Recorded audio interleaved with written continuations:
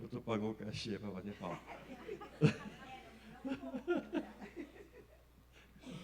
Estenda suas mãos para cá e vamos orar por ela.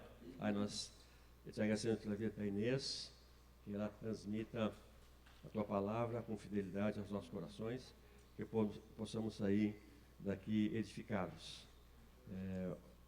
Usa a tua filha com graça, com autoridade, e fala conosco, Pai, em nome de Jesus, amém.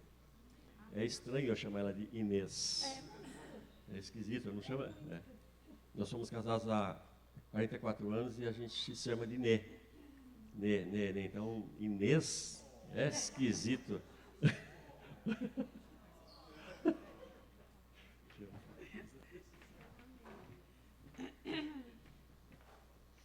Bom dia. Seja bem-vinda, dona Reia. Seja bem-vinda, Deus abençoe tua vida e que tu te sinta em casa aqui, tá bem? Nós damos continuidade, então, à nossa escola, falando do projeto, do propósito de Deus, projeto de Deus para a nossa vida, e o propósito dele é estabelecido para a família, desde o princípio. Então, o Senhor cria o homem, cria a mulher. A gente faz uma recapitulação aqui de que o homem é criado por Deus, a imagem de Deus, e com um propósito específico, de que ele refletisse o caráter do Senhor. Esse propósito primário de Deus, ele coloca o homem, cria o homem à sua imagem.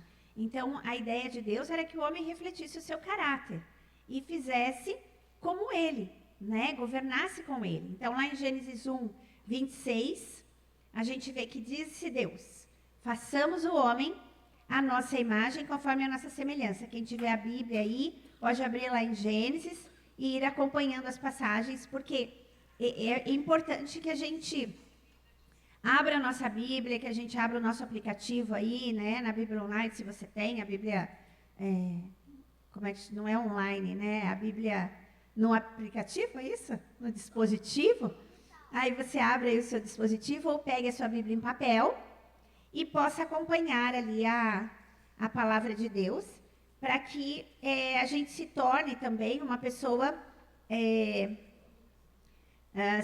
com habilidades, de buscar a palavra de Deus. É a única forma da gente conhecer o Senhor nesses dias atuais, olhando, lendo a palavra de Deus, meditando nela. Então, vamos lá. Em Gênesis 1, 26, nós vemos: e disse Deus, façamos o homem à nossa imagem, a nossa semelhança, conforme a nossa semelhança. Então, Deus estabelece ali a criação a partir do homem. E tomou o Senhor Deus, lá em Gênesis 2,15, Deus pega esse homem que ele formou e o coloca no jardim do Éden para o lavrar e cultivar. Também a gente vê ali Deus estabelecendo o caráter dele no homem a partir do trabalho. Então, o trabalho não foi criado como castigo, tá, gente? O trabalho vem antes do pecado. O lavrar o solo, cultivar o solo, era o trabalho do homem naquela época. Então, essa foi a forma que Deus estabeleceu para que o homem demonstrasse o seu caráter, a sua semelhança. Porque Deus, desde o início, trabalhou, Descansou no sétimo dia e até o sexto ele foi trabalhando, Então, ele não descarta o trabalho na nossa vida. Então, tem gente que acha que o trabalho é castigo, que reclama, tem gente até que fala assim, eu já ouvi: não vejo a hora de ir para o céu, que lá a gente não vai trabalhar. Engano seu. A gente vai continuar na obra. De uma outra forma, não sei como, mas sim, nós vamos continuar numa obra ali, servindo ao Senhor. Estabelecido por Ele, eu não sei como exatamente. Algumas coisas a gente até tem revelado. Mas servindo ao Senhor, isso a gente sabe que a gente vai fazer. E serviço é uma espécie de trabalho, Não dessa forma como a gente exerce hoje, claro. E depois Deus institui a família. Deus cria o homem, Deus cria o jardim, Deus o coloca ali, e Deus depois institui a família. A partir de Gênesis 2, 18, a gente já viu isso, mas a gente vai rever ali, porque sempre é bom a gente fazer uma recapitulação para que a gente vá se lembrando e não se esqueça. Então, em Gênesis 2:18, virem ali um pouquinho, e disse o Senhor Deus, não é bom que o homem esteja só, far-lhe-ei uma auxiliadora idônea para ele. Ali, o Senhor fala dessa auxiliadora ou dessa ajudadora, que é a mesma palavra usada para Deus auxiliador, aquele que nos auxilia, que é o nosso socorro, o nosso auxílio, no momento que a gente precisa. Então, a mulher vem como esse auxílio para o homem. A mulher vem como esse lugar de socorro para o homem. Porque Deus viu que não era bom que o homem estivesse só. E a gente vê isso lá no versículo 21, do 21 ao 25. Então, o Senhor Deus fez cair um sono pesado sobre Adão e este adormeceu. É essa mesma que está aqui? Isso. E este adormeceu. E tomou uma das suas costelas e cerrou a carne em seu lugar. E fechou a carne em seu lugar. E da costela que o Senhor Deus tomou do homem, formou uma mulher e a trouxe a Adão. E disse a Adão, esta é agora osso dos meus ossos e carne da minha carne. Esta será chamada mulher ou varoa por quanto do homem foi tomada. Portanto, deixará o homem seu pai e sua mãe e apegar-se-á à sua mulher, e serão ambos uma carne. E ambos estavam nus, o homem e sua mulher, e não se envergonhavam. A gente vê que Deus ali estabelece princípios para a família. Deixará o homem pai e mãe, se unirá à sua mulher, princípios de heterossexualidade. O homem e a mulher deixará pai e mãe, se unir-se-á a sua mulher e serão os dois uma só carne. Então o Senhor estabelece uma união, uma aliança que não deveria ser rompida. A gente viu lá nas primeiras aulas que Jesus repete isso, os apóstolos repetem isso nas cartas. Então é um princípio que segue. Ele não foi estabelecido só lá em Gênesis, não foi estabelecido só na lei com Moisés, não foi estabelecido só por Jesus, quando ele esteve na terra, mas também foi estabelecido para a igreja, depois que Jesus subiu e deixou a igreja estabelecida. E nós somos igreja. Amém? Amém.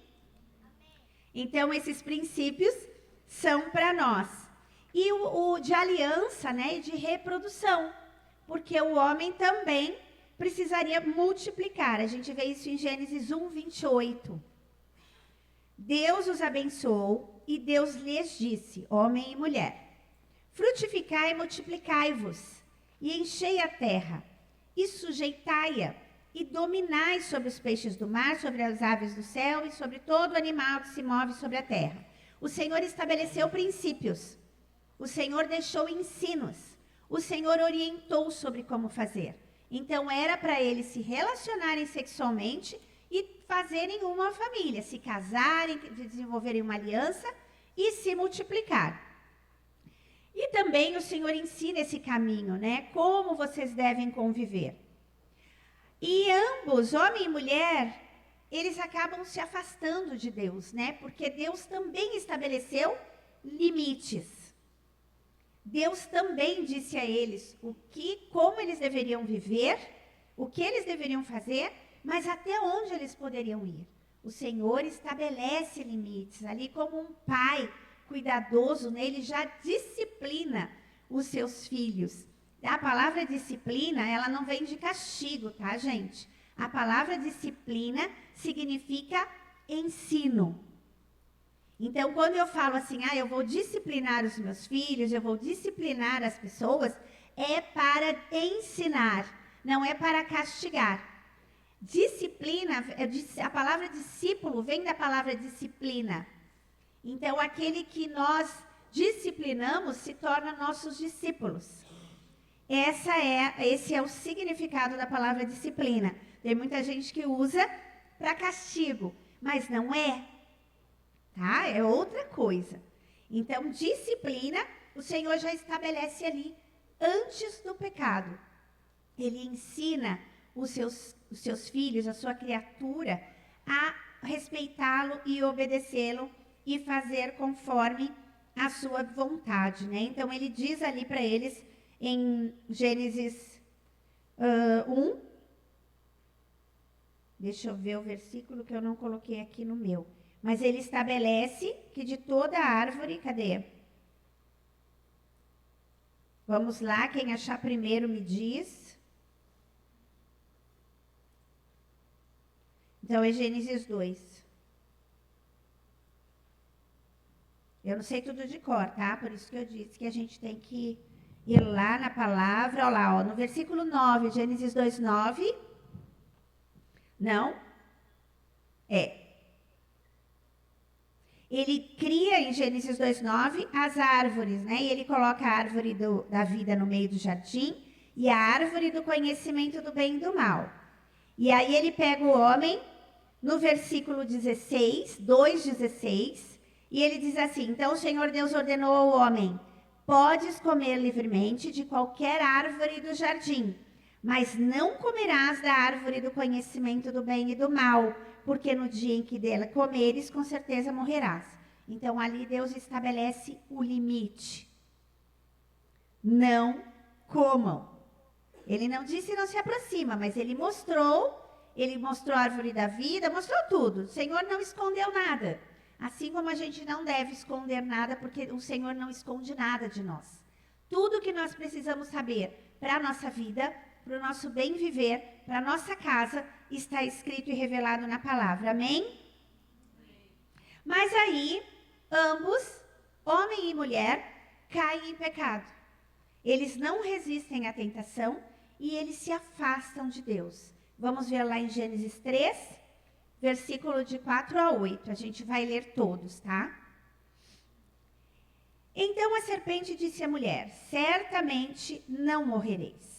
Porque Deus sabe que no dia em que dele comerdes, se abrirão os vossos olhos e sereis como Deus, sabendo o bem e o mal. E viu a mulher que aquela árvore era boa para se comer, e agradável aos olhos, e árvore desejável para dar entendimento. Tomou do seu fruto e comeu, e deu também ao seu marido, e ele comeu com ela. Então foram abertos os olhos de ambos, e conheceram que estavam nus, e coseram ou fizeram folhas de figueira, e fizeram para si aventais.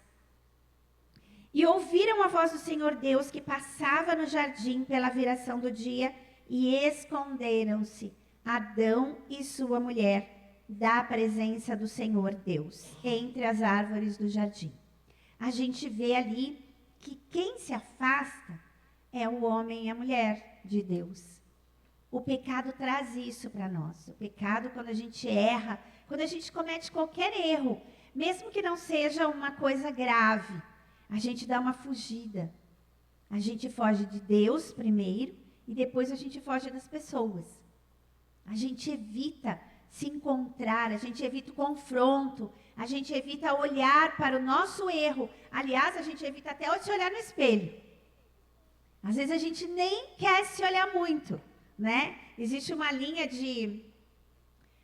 teórica aí entre as mulheres, né? E entre os homens também, que quando a gente usa muita maquiagem, a gente quer esconder alguma coisa, né? Então, assim, claro que não é uma regra isso, né? Maquiagem deixa a gente, né, em dia de festa, assim, a gente fica mais bonita, né? Ou pelo menos a gente tenta, né? Mas existe uma teoria que nós usamos máscaras para nos esconder. E às vezes, a gente falou disso a semana passada, né? Que a gente fala, alguém pergunta, tá tudo bem? Hoje eu cheguei e já me perguntaram, ao invés de perguntar, tá tudo bem, me perguntaram, como é que tu tá te sentindo hoje?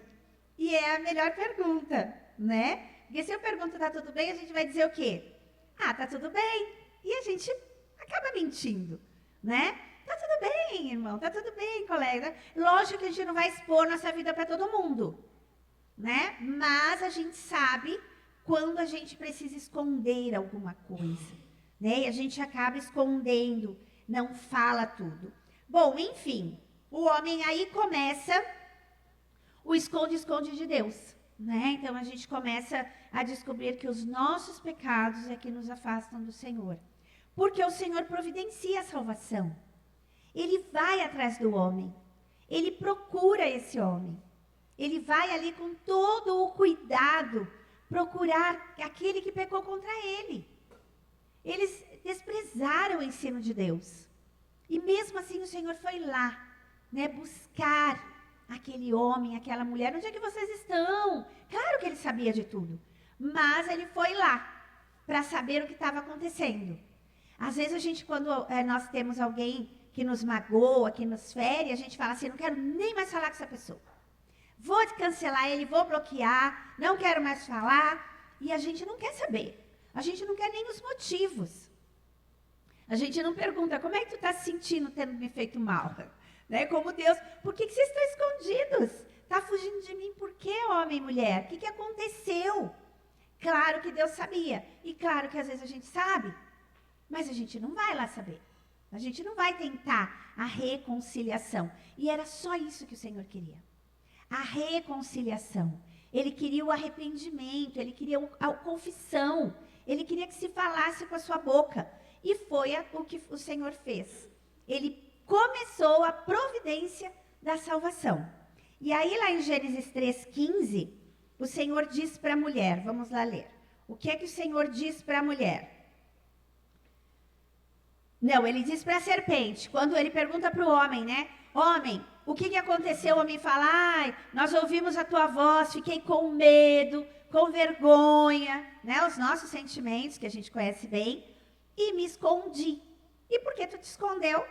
Alguém fez com que tu descobrisse, que tu comesse, né? O Senhor perguntou do fato. E ele, sim, a mulher que tu me desses, me deu, né? Coloca a culpa em Deus, coloca a culpa na mulher, justifica. E depois pergunta a mulher, o que aconteceu? A serpente que tu criou, ela não disse, né? Mas a serpente me enganou e eu comi. E o Senhor nem questiona a serpente, porque Satanás, ele sabe quem é, né? Aí ele coloca um castigo para a serpente. E ali ele providencia a salvação.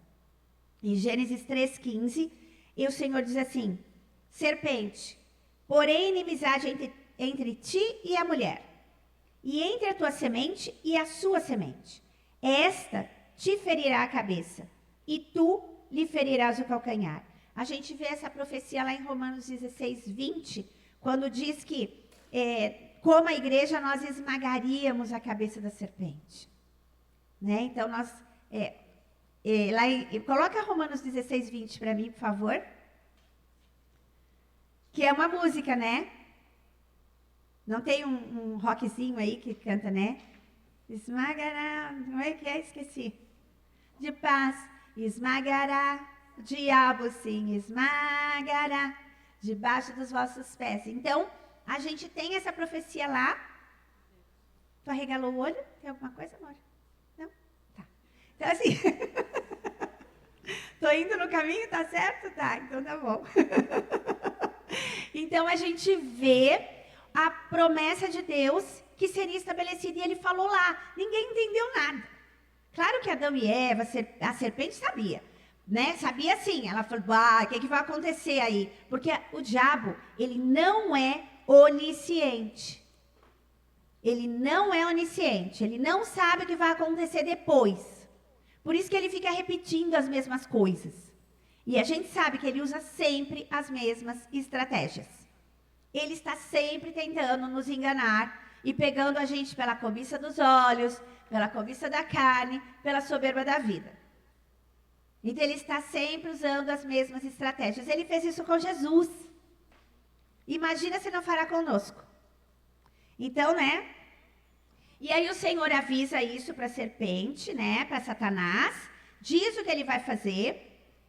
E aí, lá em Gênesis 3, de 21 a 24, o Senhor providencia a salvação e o refrigério para Adão e Eva. Ele diz ali com a sua ação prático. O amor é prático. O amor não é só de palavras. Não adianta eu dizer para o meu irmão, eu te perdoo. Eu preciso fazer algo ainda como restauração. O Senhor, ele declarou o perdão dele quando ele olha para Adão e Eva e vê eles vestidos de folha e diz assim, não, né, isso não vai durar muito tempo, essa folha vai secar, não vai resistir à chuva, ao frio. E aí o Senhor faz o primeiro sacrifício de sangue, sacrifica um animal, porque ele faz roupas de pele, e a partir desse derramamento de sangue, dessa vestimenta nova, o Senhor estabelece o perdão para Adão e Eva. E aí o Senhor os cobre da sua nudez que eles haviam descoberto. O Senhor providencia o socorro para eles. E fez o Senhor Deus a Adão e a sua mulher túnicas de peles e os vestiu. Então disse o Senhor Deus, eis que o homem é como um de nós. Aí ele cuida mais ainda. Agora ele já sabe sobre o bem e o mal. Para que não estenda sua mão e tome também da árvore da vida e coma e viva para sempre desta forma em pecado e sofrendo, o Senhor Deus, pois, o lançou fora do jardim do Éden para lavrar a terra de que fora tomado. E havendo lançado o homem, pôs querubins de oriente ao jardim do Éden uma espada inflamada que andava ao redor para guardar o caminho da árvore da vida. Mais uma providência do Senhor para a nossa vida. Ele nos livra do mal. Ele estava livrando naquele momento Adão e Eva do mal. Ele cobre a nudez deles de uma forma sacrificial, de uma forma soberana e cuidadosa. Imagina, o Senhor Deus continua nesse processo para nós. Ele nos cuida, Ele nos olha, Ele sabe quais são as nossas fragilidades. O que cabe a nós é, como Adão e Eva, aceitar. Adão e Eva, eles aceitaram o perdão do Senhor e a providência divina. Assim como no princípio, o que nos separa de Deus são os nossos pecados. Os nossos pecados nos separam de Deus. Os pecados de Adão e Eva fizeram com que eles fugissem da presença de Deus. E nós continuamos da mesma forma. E às vezes as coisas não caminham na nossa casa. Às vezes as coisas não andam porque a gente não reconhece o nosso pecado. A gente não entrega diante do Senhor, a gente não busca o Senhor. E lá em Isaías 59, 1 e 2, abram ali. Eu gosto muito dessa passagem, porque ela me lembra, né, da minha natureza, e ela me faz buscar a Deus. Eis que a mão do Senhor não está encolhida, para que não possa salvar, nem agravado o seu ouvido para não poder ouvir. Mas as vossas iniquidades fazem separação entre vós e o vosso Deus. Então as mãos do Senhor estão sempre estendidas para nós, os olhos dele estão sempre sobre nós, e os ouvidos dele sempre atentos a nós. Somos nós que nos separamos de Deus. E existe só uma forma de voltarmos, é aceitarmos o seu sacrifício, é aceitarmos a sua provisão, é aceitarmos o seu cuidado sobre a nossa vida. E hoje, né, a gente vê que com essa providência, nós somos criados como igreja em Cristo Jesus. Então, Deus providenciou lá também o sacrifício dele, que foi ele vir em carne, né, enviar o seu único filho, Jesus Cristo, que é Deus. Amém? Jesus é Deus. E Deus se fez carne para habitar entre nós e morrer no nosso lugar. E através do sangue derramado na cruz, da sua carne sacrificada ali por nós, nós temos hoje acesso ao Pai.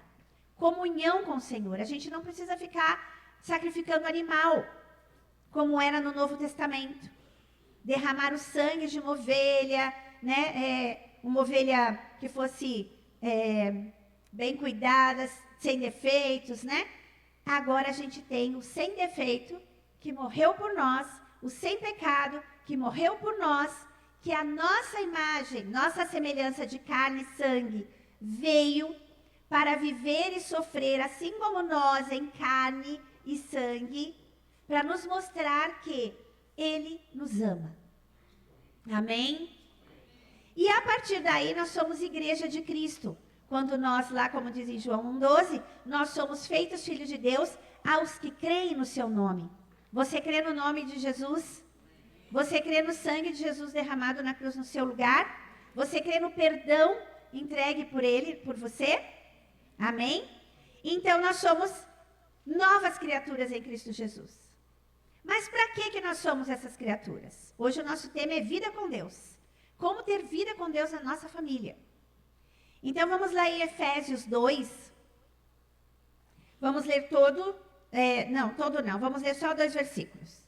Efésios 2, versículo 1.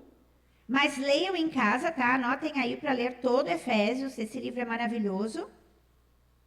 Efésios 2, versículo 1, diz assim: Ele vos deu vida, estando vós mortos em ofensas e pecado. Ou ele vos vivificou, estando vós mortos em ofensas e pecados. No versículo 10. Não, vamos seguir aqui, ó, lendo. Vamos lá. Nos quais andastes no passado, no caminho deste mundo. Acho que eu vou ler na mesma versão que está lá. ARC, é isso? Tá, eu acho que é essa aqui que eu estou.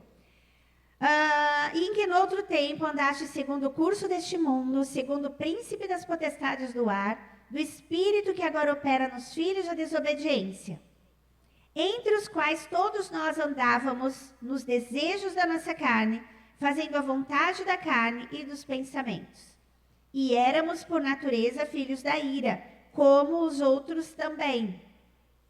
Mas Deus, que é riquíssimo em misericórdia, pelo seu muito amor com que nos amou, estando nós ainda mortos em nossas ofensas, nos vivificou juntamente com Cristo, pela graça sois salvos, e nos ressuscitou juntamente com Ele, e nos fez assentar nos lugares celestiais em Cristo Jesus. Riquíssimo em misericórdia. O Senhor foi rico em misericórdia. Adão e Eva não precisaram fazer nada. O Senhor usou da sua absoluta graça e amor para os cobrir e para os restituir no caminho. Porque pela graça somos salvos por meio da fé, e isto não vem de vós, é dom de Deus. Não somos salvos pelas nossas obras, não é pelo nosso muito fazer, não é pelo que eu faço para Deus, porque de boas intenções o inferno está cheio. Eu ouvi isso uma vez. E é verdade. Existem outras denominações eclesiásticas ou denominações de instituições religiosas que praticam muito mais obras boas do que a igreja evangélica. Nós vemos pessoas assim, olha, que pregam a paz e que não são evangélicos, que ganham o prêmio Nobel da Paz e não são cristãos evangélicos. E nós temos dentro de nós o príncipe da paz, amém? Mas a gente não ganha prêmio Nobel da Paz. A gente não vê crente ganhando o prêmio Nobel da Paz. A gente não vê presidentes da ONU lá ganhando o prêmio Nobel e sendo cristão. Não é verdade? A gente vê muitos crentes ganhando prêmios, é verdade. Mas tem muita gente que faz boas obras. Mas eles não creem no Senhor Jesus. Eles não são filhos de Deus.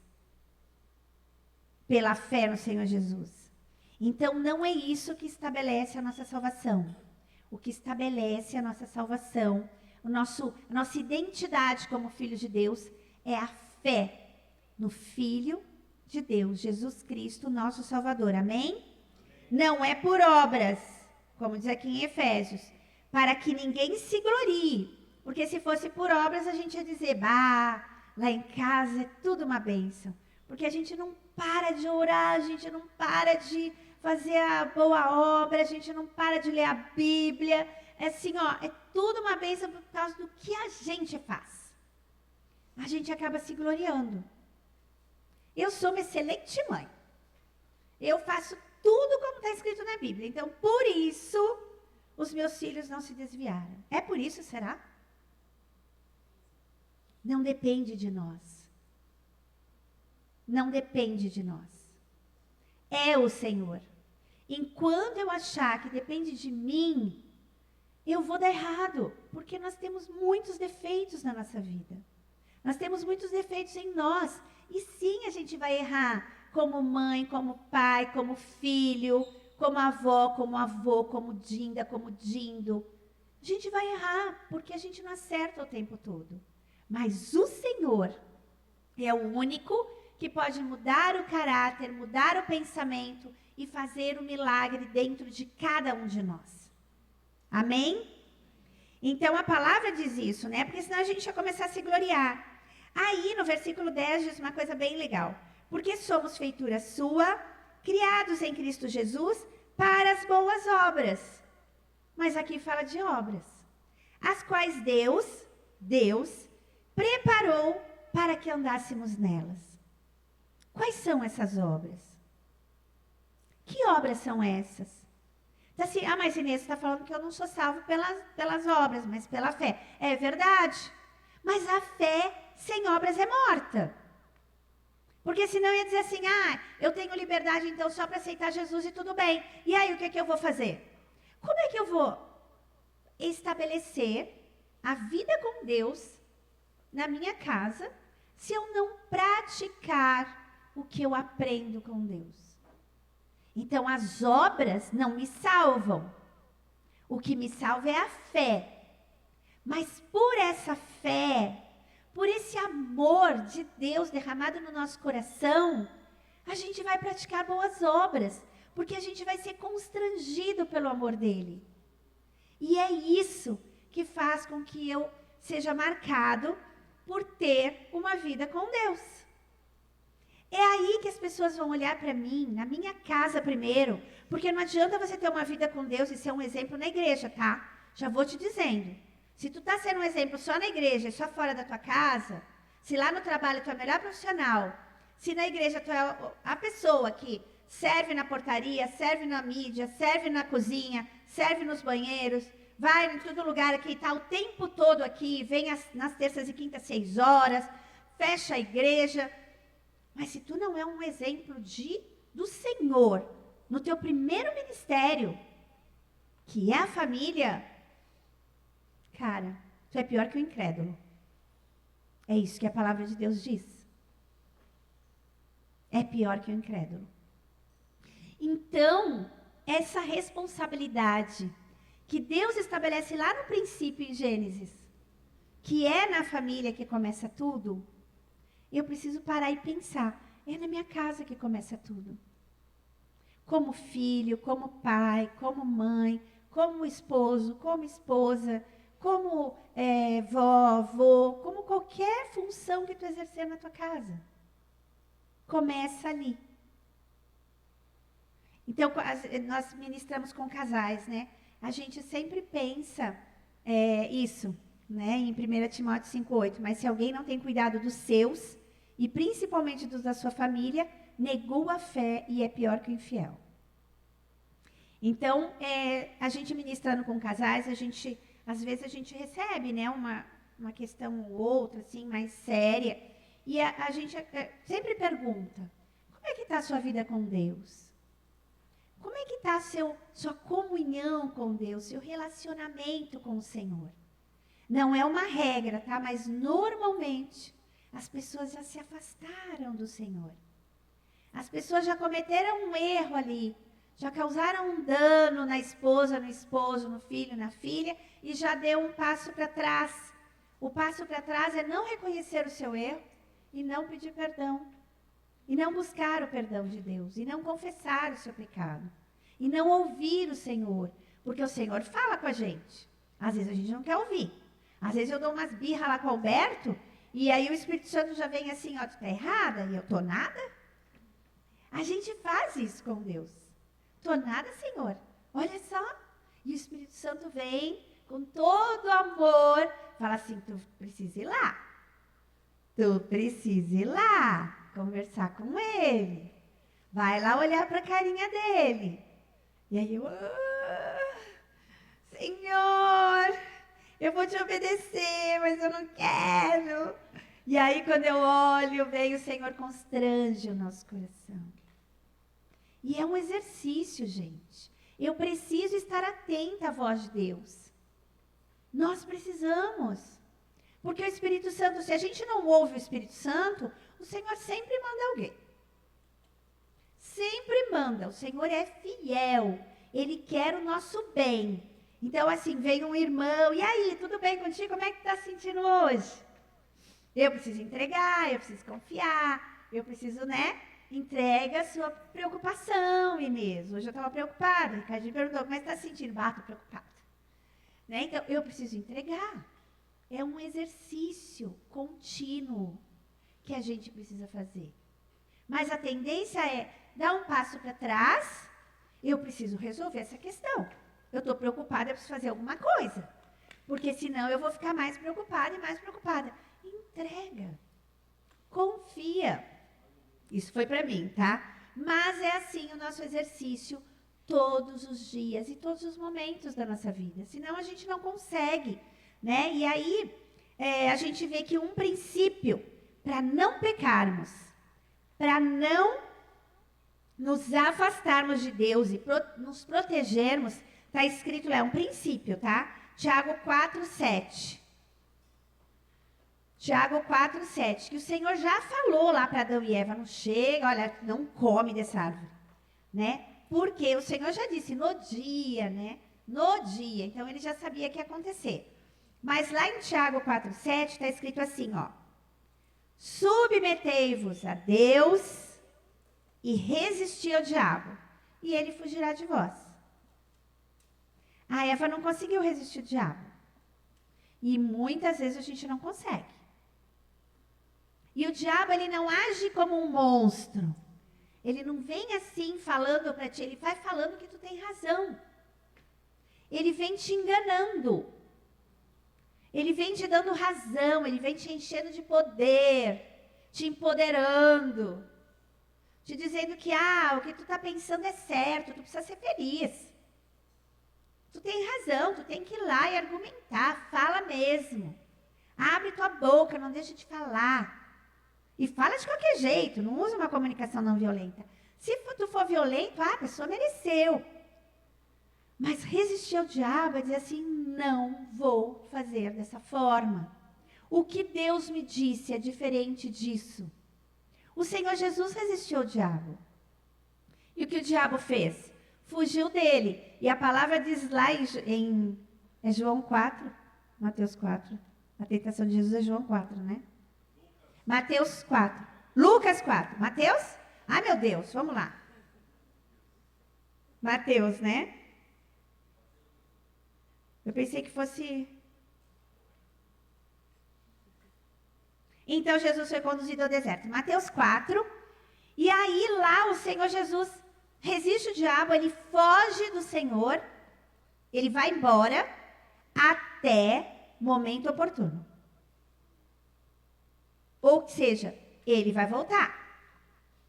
Ele volta. Ele sempre volta, ele não desiste. Ele não é onisciente para saber se tu vai resistir de novo. Então ele não conhece teu coração.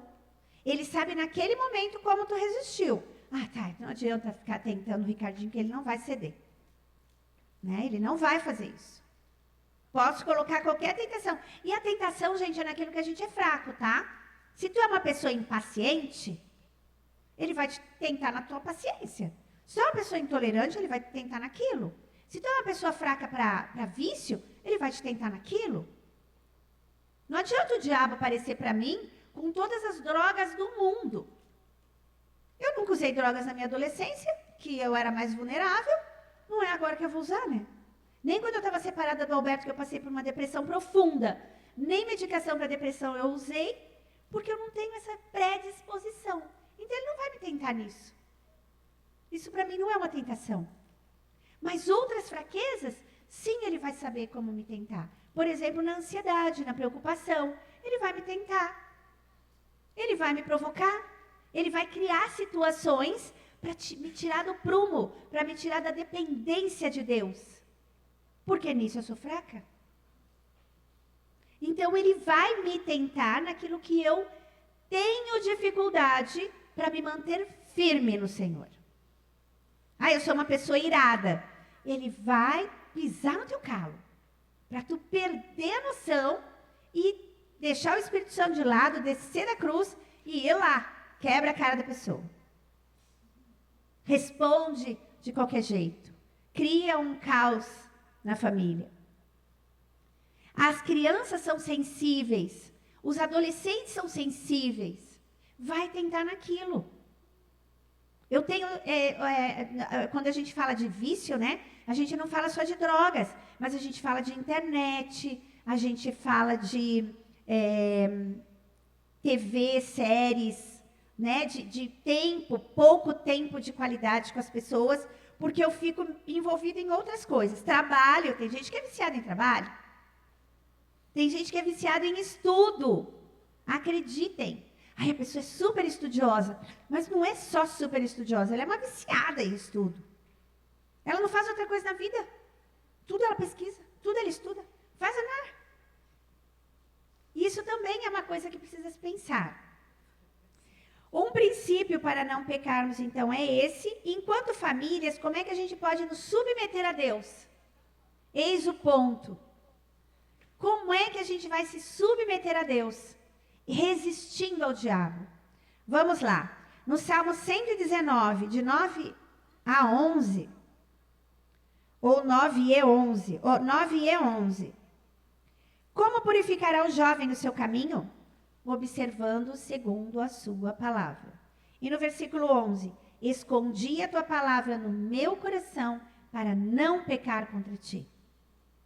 Ali esse salmo é para os jovens, mas é para nós também. Né? Eu sou jovem. Então, assim, se eu guardo a palavra de Deus no meu coração, o Espírito Santo só pode me lembrar daquilo que eu conheço. Ele não vai me lembrar de que eu não conheço. Então, para eu poder não pecar contra Deus, eu preciso ter essa palavra assim, ó. E quando é que o Espírito Santo me constrange? Quando eu brigo com o Alberto, quando eu faço birra. Né? Porque eu faço birra. Então, quando é que ele me constrange? Porque ele me lembra da palavra dele. Ele me lembra que eu preciso me submeter a ele também, assim como ele se submete a mim. Eu preciso ir lá e conversar com ele, falar mansamente com ele, ser tolerante com ele, amar ele independente do erro dele. O Espírito Santo vai me constrangendo, porque eu vou me lembrando do que o Espírito Santo já me ensinou na palavra de Deus. E é na palavra que o Espírito Santo nos ensina. Nas pregações a gente aprende muito. No YouTube tem várias pregações de vários pastores, a gente aprende um monte de coisa. Mas é na palavra de Deus que eu vou achar referência para a minha vida. E não é da palavra do pastor Glavando, do Alberto, do Ricardinho, a minha, que o Deus vai fazer você lembrar. Ele vai fazer você lembrar do que está escrito na palavra dele, de Deus. Em 2 Timóteo 13, 16 e 17, a gente lê sobre a palavra de Deus. O que é a palavra de Deus para nós? O que é a Bíblia para nós, né? Que a gente chama de Bíblia. Toda a Escritura é divinamente inspirada e proveitosa para quê? Para nos ensinar, para nos repreender, para nos corrigir, para nos instruir em justiça. Para quê? Para que o homem de Deus, ou ser humano de Deus, criatura de Deus, seja perfeito e perfeitamente instruído para toda boa obra. Tem uma forma de você lembrar das coisas de Deus? Leia a Bíblia. Leia a palavra de Deus. Quantas vezes por semana, quantas vezes por dia, quantas vezes... Não sei. Você que sabe do teu tempo. Obedecer a palavra de Deus. Então, eu observo a vontade de Deus, eu descubro a vontade de Deus, aí o segundo passo, eu obedeço o que eu aprendi na palavra. Eu vou obedecer. Em Efésios 5, 1 e 2, diz assim, sede, pois, imitadores de Deus, Como é que eu vou imitar alguém que eu não conheço? Ou alguém que eu não sigo? Imite a Deus como filhos amados. E andai em amor. Como também Cristo nos amou. Nosso exemplo de amor é o Senhor. É um amor sacrificial, sim.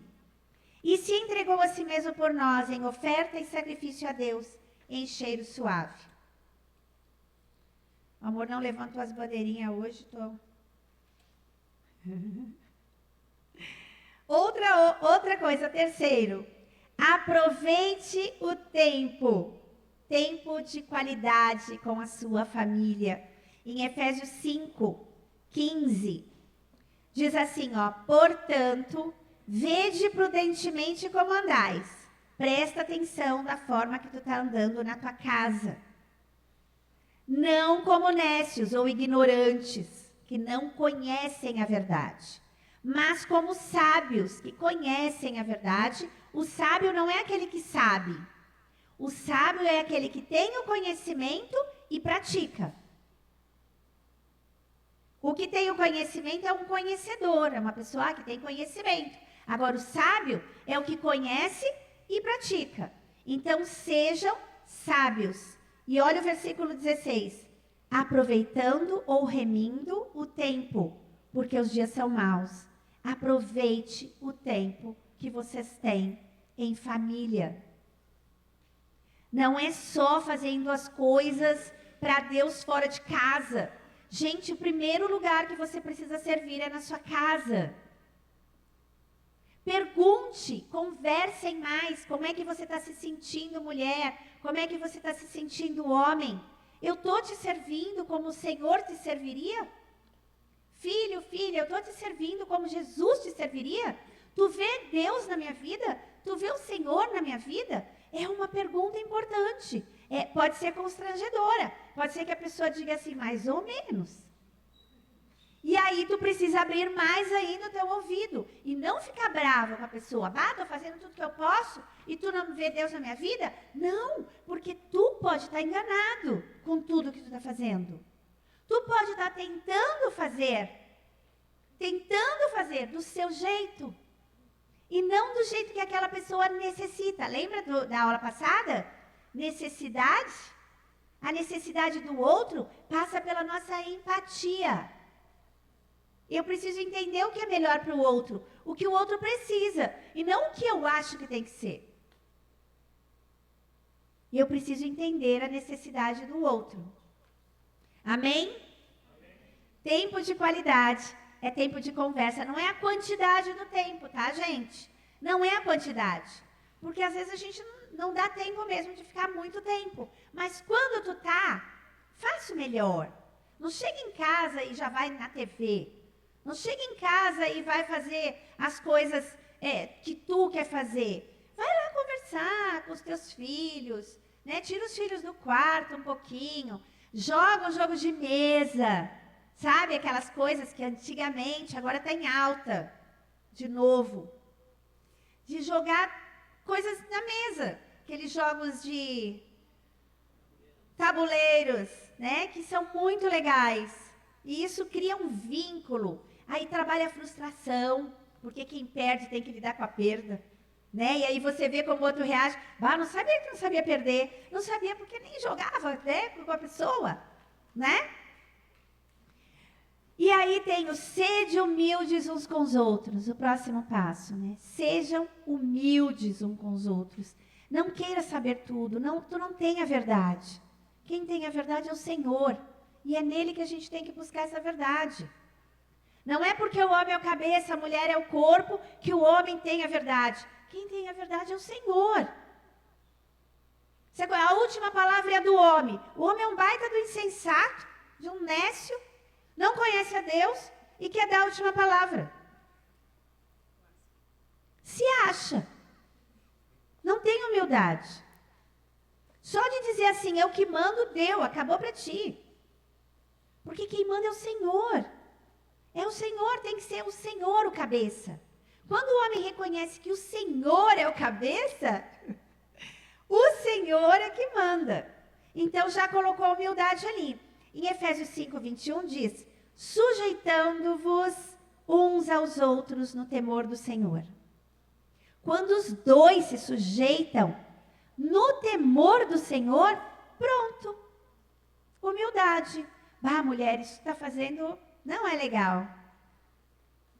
Ah, tu acha? Não, porque na palavra, né, assim, ó, vou te dizer, né, ô marido, isso daí não está de acordo com a vontade de Deus. E o outro se submete. Isso é sujeição ao outro. Isso é submissão voluntária. A submissão a Deus é voluntária ou não é? Tu é obrigada a crer em Jesus? Tu está aqui obrigado? Tu é obrigada a crer no Senhor Jesus? Tu é obrigada a se submeter ao Senhor? Tu é obrigada a temer a Deus? Então ninguém aqui é obrigado a se submeter a ninguém. Porque se não for no Senhor, não adianta. Se for uma submissão obrigada, involuntária, está em pecado. Está em pecado. Porque tem que ser no Senhor. Quando fala para a mulher se submeter ao marido, diz lá, como ao Senhor, no versículo 22.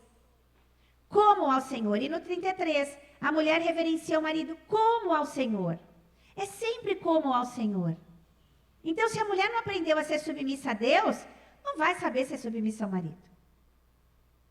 E diz para o homem amar a sua esposa como Cristo amou a igreja. Se o homem não entendeu o amor de Jesus, não vai conseguir amar a mulher. Vai ser um amor superficial. Vai ser um amor que o vento leva, que acaba. É um amor líquido.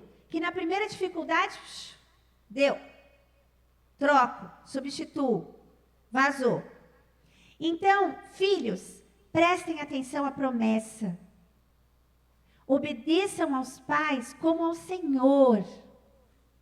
E a promessa é que vocês terão dias felizes sobre a terra. E viverão muitos dias. É a promessa de Deus e não do homem. Me obedece, senão tu vai nisso. Me respeita, senão não vou te dar aquilo. Você tem que isso, tem que aquilo. Obedece por obrigação. Mas quando é para o Senhor, o fruto é bom. O fruto é bom. Pais, imitem ao Senhor na disciplina. Imitem ao Senhor. E vós, pais, não provoqueis a ira a vossos filhos, mas criai-os na doutrina e admoestação do Senhor. É sempre referenciando ao Senhor. Então não tem como a gente querer fazer da nossa forma. Não vai rolar, não vai dar certo. Então a primeira sujeição, fica lá a máxima de Tiago 4,7, submetei-vos a Deus e resisti ao diabo, e ele fugirá de vós. Sujeitai-vos a Deus, resisti ao diabo, e ele fugirá de vós. E a família no Senhor. Colossenses 13, aqui eu encerro, 12 a 17. Revesti-vos, pois, como eleitos de Deus, santos e amados, de entranhas de misericórdia, de benignidade, de humildade, de mansidão, de longanimidade, suportando-vos uns aos outros, perdoando-vos uns aos outros. E se alguém tiver queixa contra o outro, assim como Cristo vos perdoou, assim fazei vós também. E sobre tudo isto, revesti-vos de amor, que é o vínculo da perfeição. E a paz de Deus, para a qual também fostes chamados em um corpo, domine em vossos corações, e sede agradecidos. A palavra de Cristo habite em vós abundantemente, em toda a sabedoria, ensinando-vos e admoestando-vos uns aos outros, com salmos, hinos, cânticos espirituais, cantando ao Senhor com graça em vosso coração. E quanto fizerdes por palavras ou por obras, fazei tudo em nome do Senhor Jesus, dando por ele graças a Deus Pai. Que seja essa palavra a da família, que vocês possam estar dependendo do Senhor, buscando o Senhor em todas as direções que forem tomar. Amém? E aí a família, a ideia é que a família tenha vida com Deus aí, entendendo que o perdão faz parte, que a confissão de pecados faz parte, que a humildade faz parte, a empatia, a compreensão, a benignidade, que é não fazer um julgamento precipitado do outro, um julgamento maligno. Em nome de Jesus. Vamos orar? Senhor, em nome de Jesus, nós queremos entregar tudo a Ti. porque sabemos que de Ti vem a resposta certa, Tu tens a melhor palavra para nós. É Tu que nos ensina, Senhor, pela Tua palavra, pelo Teu Santo Espírito. Por isso nós queremos entregar agora, Senhor, o nosso ser, o nosso pensar, o nosso agir, o nosso falar a Ti. Que Tu possa estar falando ao nosso coração sobre as coisas que nós ainda não alcançamos. Que Tu possa estar nos ensinando, Senhor, a tratar o nosso cônjuge, tratar os nossos filhos, tratar os nossos familiares com o mesmo amor que Tu nos trata, com a mesma compreensão, com a mesma misericórdia. Senhor, nós entregamos o nosso coração a Ti para Tu nos purificar, porque Tu que sondas o nosso coração e sabes se existe aqui alguma coisa, se existe no nosso coração, coloque a mão no Teu coração agora. Senhor, se existe aqui algo no meu coração que Tu precisas limpar, que Tu precisas me fazer lembrar, Senhor, para pedir perdão, para restaurar, que Tu possas ser comigo, me ajudar, me dar forças, me lembrar das palavras certas, me dando sabedoria. Em nome de Jesus, purifica-me, Senhor. Lava-me com Teu sangue, me perdoa, em nome de Jesus. E me ajude a andar de acordo com a Tua vontade, Senhor. E de acordo com os Teus propósitos na minha casa. Em nome de Jesus. Amém?